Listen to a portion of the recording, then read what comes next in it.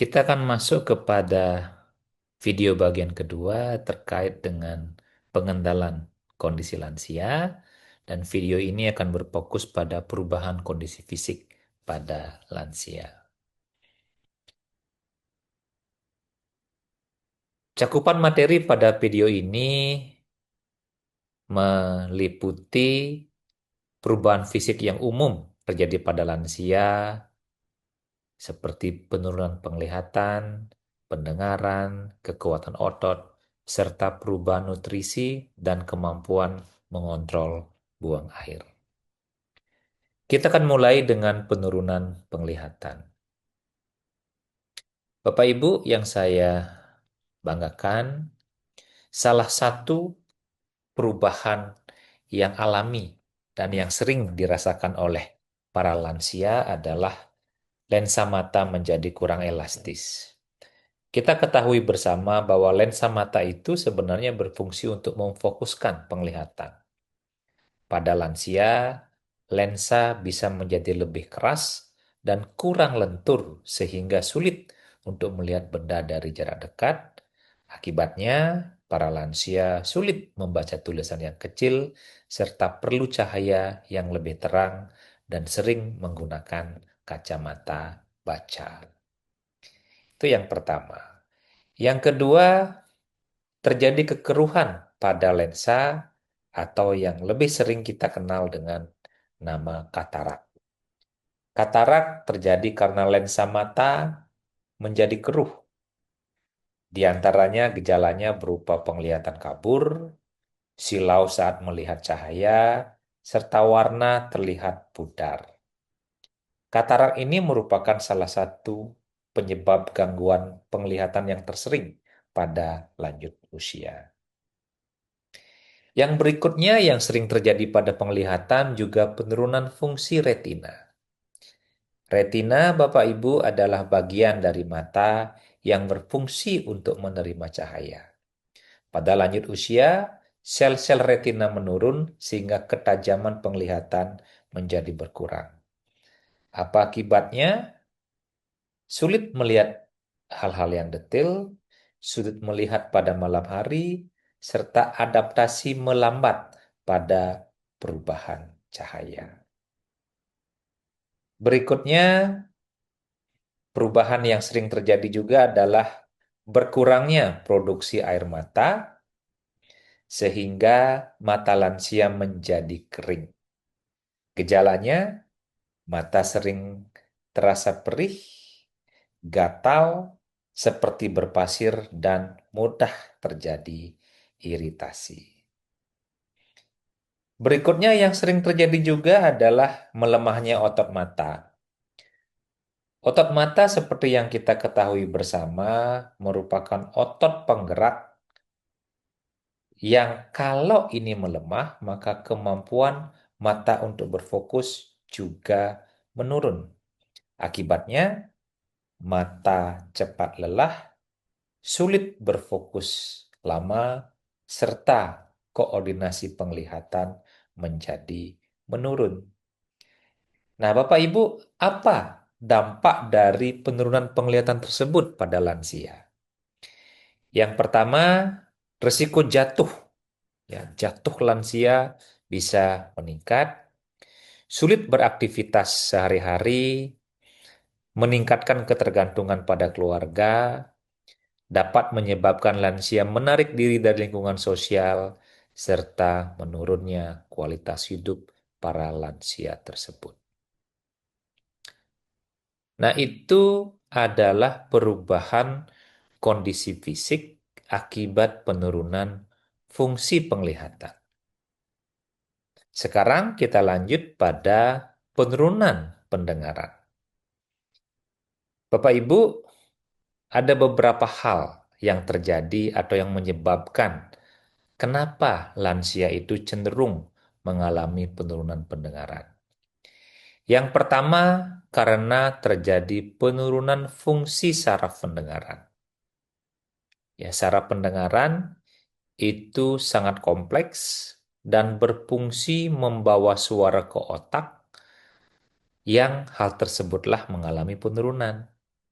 Apa yang terjadi jika fungsi sarafnya menurun? Yang pertama adalah suara terlihat kurang jelas dan sulit memahami pembicaraan walaupun suaranya terdengar keras. Nah, itu jika fungsi saraf pendengarannya menurun. Dan yang kedua, pada fungsi pendengaran, lansia juga sering mengalami penumpukan kotoran pada telinga. Pada lansia, kotoran tersebut semakin mudah menumpuk dan mengeras. Apa yang terjadi? Dampak apa yang ditimbulkan jika kotoran lansia menumpuk di telinga?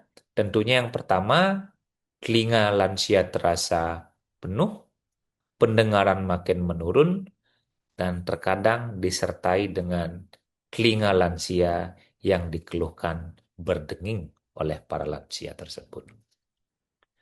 Bapak Ibu, apa tanda-tanda utama dari penurunan pendengaran pada lansia? Yang pertama, lansia akan sering meminta orang untuk mengulangi pembicaraan. Kalau lansianya hobi menonton TV, maka akan ditinggikan volumenya. Kemudian lansia akan sulit memahami percakapan. Lansia bisa salah menerima informasi. Lansia akan menarik diri dari percakapan sosial. Dan lansia bisa tampak tidak merespon saat dipanggil. Apa dampaknya selanjutnya? Yang pertama, sulit berkomunikasi, bisa terjadi kesepian dan isolasi sosial, bisa meningkatkan risiko depresi, bisa menimbulkan konflik dalam keluarga, dan menurunnya kualitas hidup pada lansia tersebut. Nah, itu tadi tentang penurunan penglihatan dan pendengaran. Masalah penurunan kondisi fisik ketiga yang sering terjadi pada lansia adalah penurunan kekuatan otot. Kenapa bisa menurun? Yang pertama, penyebabnya dan paling sering adalah berkurangnya massa otot. Pada usia lanjut, tubuh akan kehilangan massa otot secara bertahap. Akibatnya, otot akan mengecil, tenaganya berkurang, dan tubuh lansia akan lebih mudah lelah. Yang kedua, penurunan kekuatan otot bisa disebabkan karena penurunan aktivitas fisik. Lansia sering mengalami penurunan aktivitas karena cepat lelah, bisa karena nyeri sendi, bisa karena takut jatuh, atau bisa karena terjadi penyakit kronis. Kurang bergerak juga menyebabkan otot semakin melemah. Nah, ini sekali lagi salah satu hal yang terjadi pada lansia dan sebenarnya bisa dicegah dengan lansia tetap aktif secara fisik sesuai dengan kemampuan yang dimiliki. Berikutnya, kekuatan otot juga bisa menurun karena kurangnya asupan nutrisi. Banyak lansia yang mengalami penurunan nafsu makan, lansianya sulit mengunyah, atau kurang mendapat asupan protein. Padahal kita ketahui bersama, protein itu sangat penting untuk mempertahankan massa otot, bukan saja pada lansia, tetapi pada semua usia. Berikutnya Bapak Ibu, selain hal di atas yang saya sebutkan tadi, ada beberapa kondisi penyakit yang juga menyebabkan penurunan kekuatan otot dan mempercepat kelemahan otot lansia. Diabetes atau kencing manis, stroke, penyakit jantung, osteoartritis yang biasanya lansia mengeluh nyeri, khususnya pada lutut, dan juga lansia yang mengalami kerapuhan tulang atau osteoporosis. Apa tanda-tanda lansia mengalami penurunan kekuatan otot? Yang pertama, sulit bangun dari duduk, berjalan lebih lambat, mudah lelah, kesulitan naik tangga, genggaman tangan lansia melemah, keseimbangan menurun, dan lansia lebih sering jatuh. Apa dampaknya? Pertama, lagi-lagi risiko jatuh akan meningkat, kemudian ketergantungan pada keluarga juga akan meningkat, dan terjadi keterbatasan aktivitas sehari-hari pada lansia, serta penurunan kualitas hidup pada lansia tersebut. Nah, itu tentang kekuatan otot. Bagaimana tentang nutrisi? Ya, seperti kita ketahui bersama bahwa seiring dengan meningkatnya usia, lansia juga sangat rentan mengalami penurunan nutrisi. Kenapa itu bisa terjadi? Pertama, penyebabnya karena penurunan nafsu makan. Bapak Ibu, seiring bertambahnya usia, maka sensitivitas indera pengecap dan penciuman menurun, sehingga makanan bisa menjadi kurang enak. Akibatnya, lansia akan makan lebih sedikit, lansia akan lebih mudah merasa kenyang, dan asupan gizinya berkurang. Nah, ini juga seperti yang kita bahas tadi, bisa menimbulkan penurunan massa otot, khususnya jika protein yang dikonsumsi sedikit. Yang berikutnya bisa terjadi karena gangguan mengunyah dan menelan. Ya, mengunyah dan menelan terganggu bisa karena giginya tanggal, bisa karena gigi palsu yang dipergunakan tidak nyaman, bisa karena mulutnya kering, atau karena gangguan menelan. Akibatnya, lansia akan sulit makan makanan yang keras, lansia akan memilih makanan tertentu saja, dan risiko kekurangan nutrisi akan semakin meningkat. Nah, oleh karena itulah, penyesuaian tekstur makanan lansia menjadi sangat penting pada setiap perawatan yang diberikan kepada lansia. Jenis, tekstur, dan pola makan itu sangat penting, Bapak Ibu. Yang berikutnya, penurunan nutrisi juga terjadi karena penurunan fungsi pencernaan. Pada lansia, sistem pencernaan bekerja lebih lambat. Akibatnya, lansia akan mudah sembelit, penyerapan nutrisi menurun, cepat kenyang, dan terjadi gangguan lambung. Nah, kenapa pada lansia terjadi penurunan penyerapan nutrisi? Karena salah satunya adalah dinding-dinding dalam usus yang kalau masih muda penyerapannya luas, bidang serapnya masih luas, tetapi seiring dengan bertambahnya usia lansia, maka penyerapan dan luas permukaan usus yang menyerap makanan menjadi menurun, sehingga penyerapan nutrisi menjadi menurun pada lansia. Hal lain yang bisa menyebabkan penurunan nutrisi adalah karena adanya penyakit kronis. Lagi-lagi kencing manis atau diabetes, hipertensi, penyakit jantung, stroke, ya, semua bisa mengakibatkan terjadi penurunan nutrisi pada lansia. Ada juga faktor psikologis dan sosial yang menyebabkan penurunan nutrisi. Misalnya, lansia yang tinggal sendiri, lansia yang merasa kesepian, lansia yang depresi, lansia yang kehilangan pasangan, atau lansia yang sering mengalami penurunan nafsu makan. Apa tanda-tandanya Bapak Ibu? Pertama, berat badan menurun, tubuhnya lemah, mudah sakit, dan jika ada luka, maka ada kecenderungan untuk lukanya sulit disembuhkan. Apa dampaknya jika lansia terjadi penurunan nutrisi? Yang pertama, daya tubuh lansia akan menurun, sehingga lebih mudah terserang penyakit, lebih mudah kena infeksi. Yang kedua, bisa terjadi kelemahan otot, ya tadi ototnya bisa mengecil. Lagi-lagi meningkatkan risiko jatuh.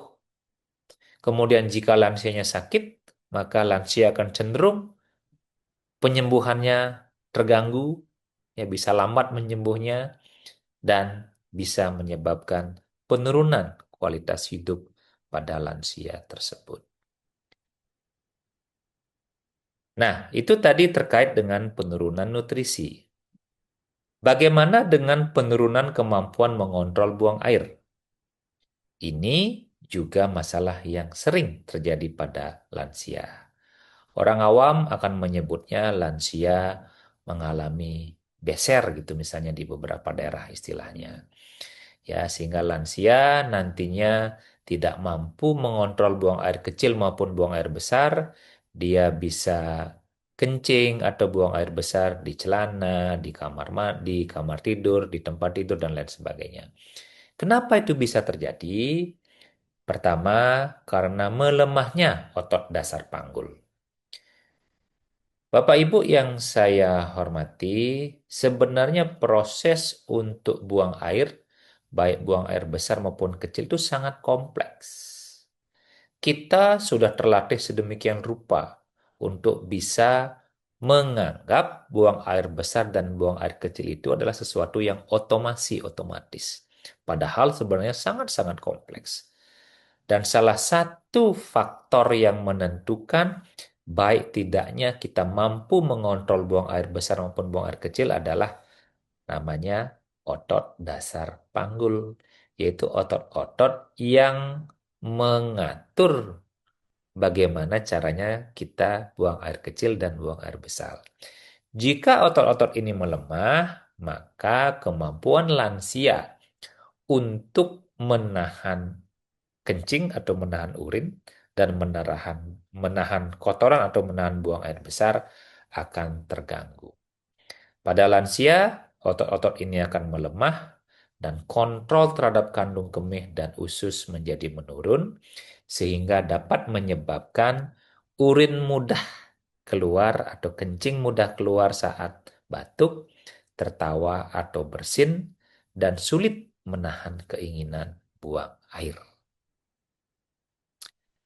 Yang kedua bisa terjadi karena penurunan fungsi saraf. Ya, pada lansia, penurunan fungsi ini juga lazim terjadi, sehingga jika saraf yang mengontrol buang air terganggu atau menurun fungsinya, maka fungsi buang air pun akan menurun. Akibatnya, sinyal, ya, jadi sinyal keinginan untuk buang air besar terlambat dikenali.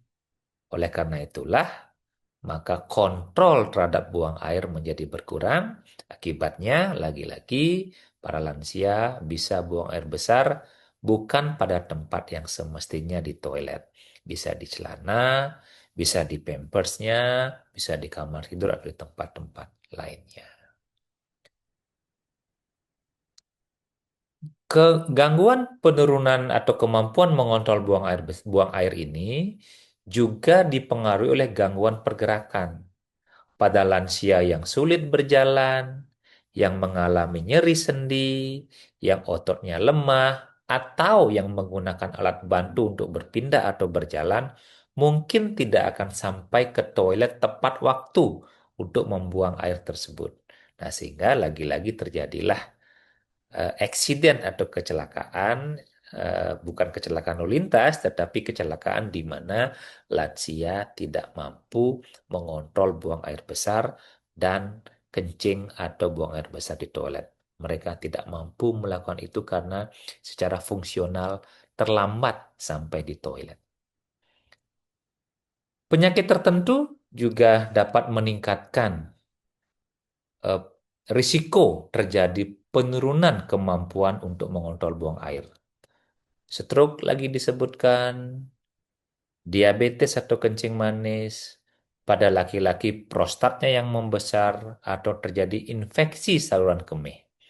Nah, ini juga ada disebut demensia, yaitu gangguan kognitif yang dialami lansia, sehingga lansia tidak mampu mengingat, tidak mampu berpikir dengan baik, dan tidak mampu mengambil keputusan untuk melakukan tindakan-tindakan yang tepat.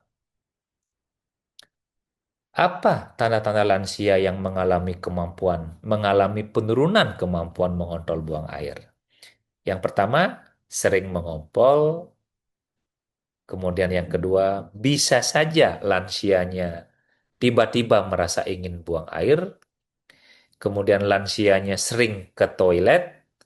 Kemudian lansianya juga sulit menahan kencing, bisa sembelit atau sulit BAB, atau bisa tercium bau pesing atau bau menyengat pada pakaian atau tempat tidur.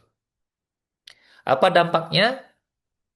Jika tidak ditangani dengan baik, maka ketidakmampuan mengontrol buang air, baik buang air besar maupun buang air kecil, dapat menyebabkan iritasi kulit, infeksi, risiko jatuh saat ke toilet, rasa malu, serta menarik diri dari lingkungan sosial, dan lagi-lagi disebutkan tentang penurunan kualitas hidup untuk para lansia.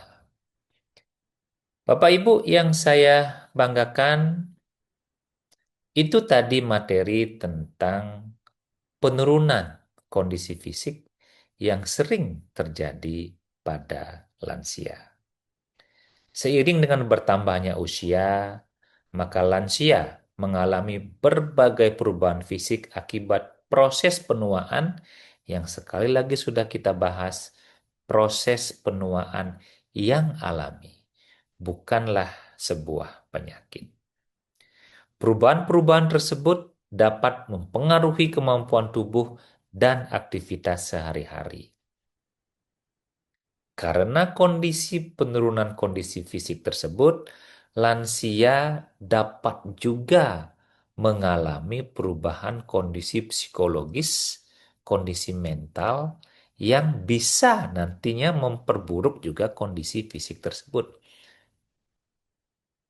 Bapak Ibu sebagai keluarga berperan sangat penting dalam membantu lansia terkait dengan penurunan fungsi fisik tadi. Caranya bagaimana? Caranya adalah dengan berkomunikasi yang baik, pemenuhan nutrisi yang baik, menjaga keamanan lingkungan, memberikan dukungan emosional, serta mendampingi pemeriksaan kesehatan secara rutin. Bapak Ibu yang saya banggakan, seperti yang saya sampaikan di atas di video pertama, bahwa penuaan itu adalah proses alami. Dialami oleh setiap individu, tetapi dengan pola dan kecepatan yang berbeda. Yang harus selalu saya tekankan kepada Bapak Ibu sekalian adalah bahwasanya menua bukanlah penyakit. Menjadi tua bukan berarti menjadi sakit. Namun, seiring dengan berbagai perubahan fisik yang sudah saya sebutkan tadi, lansia sangat rentan atau sangat riskan menjadi sakit.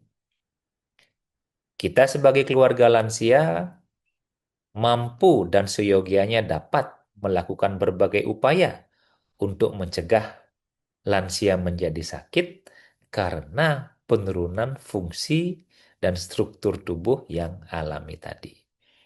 Semoga materi ini bermanfaat dan inilah akhir dari video bagian kedua. Bapak Ibu silakan lanjut kepada video bagian ketiga.